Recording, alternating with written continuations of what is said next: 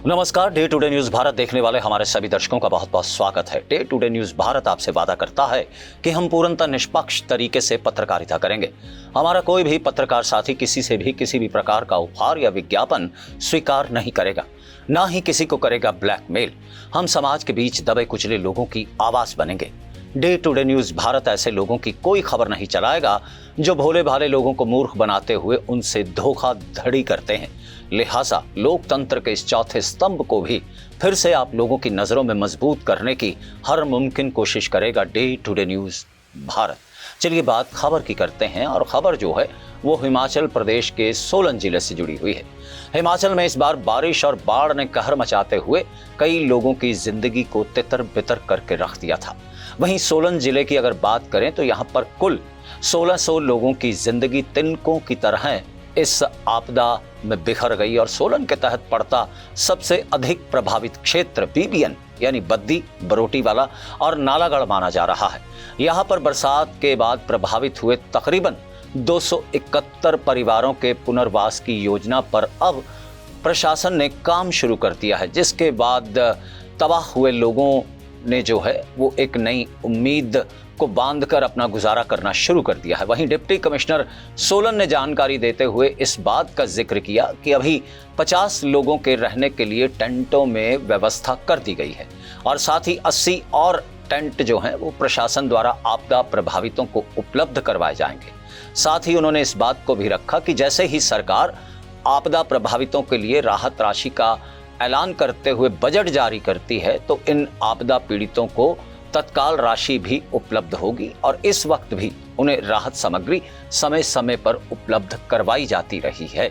क्या कहना था डिप्टी कमिश्नर का, सुनिए। इस बार भी जो बारिश का मौसम था उस वक्त हमारे जो बद्दी तहसील में, पुंजेरा में और जो हमारी दूसरी पंचायतें हैं उस एरिया में, वहाँ पर काफ़ी नुकसान हुआ। खासकर जो लैंड सिंकिंग के केसेस बहुत ज़्यादा वहाँ आए थे, और जिसमें लोगों की ज़मीनें भी ख़राब हो गई और साथ में घर भी बर्बाद हो गए।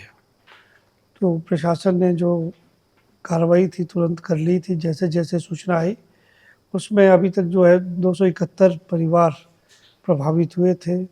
1600 से ज़्यादा लोगों की जो आबादी है वो उससे इसके जद में आई थी, और बहुत से लोगों को टेम्परेरी जो शेल्टर्स थे उनमें शिफ्ट किया गया, चाहे कम्युनिटी बिल्डिंग्स थी, प्राइवेट बिल्डिंग्स थी, वहाँ पर शिफ्ट कर दिया था।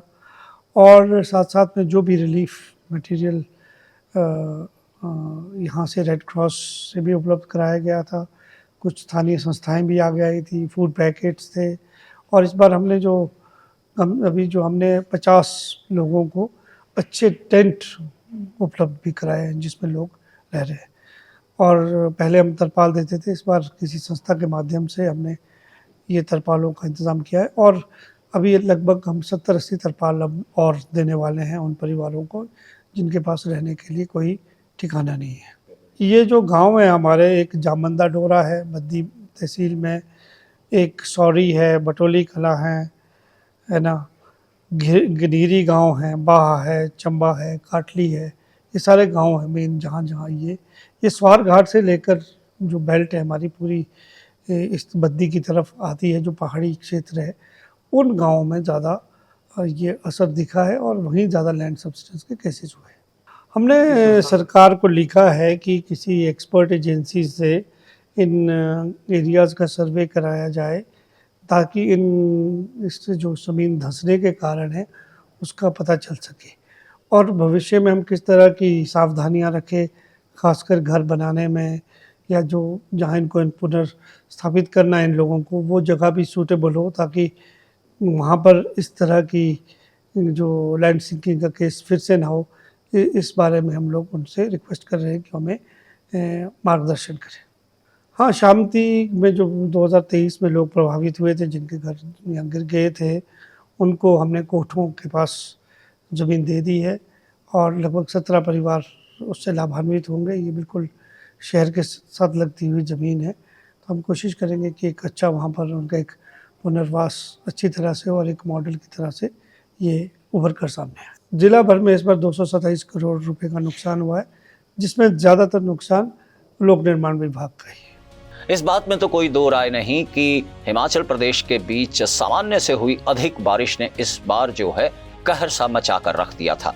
लिहाजा अब इस बाढ़ और इस बारिश से प्रभावित हुए लोगों ने कहीं राहत की सांस ली है और उन्हें एक नई उम्मीद जगी है कि सरकार उनका हाथ थामते हुए उनके पुनर्वास की योजना भी जो है वो शुरू कर रही है।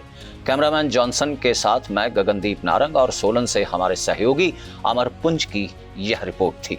बहरहाल मुझे दीजिए इजाजत, फिर होगी मुलाकात, लेकिन हमारी खबरों को लाइक करना, शेयर करना और चैनल को आप सब्सक्राइब करना तो कभी भूलें ही नहीं। धन्यवाद, शुक्रिया।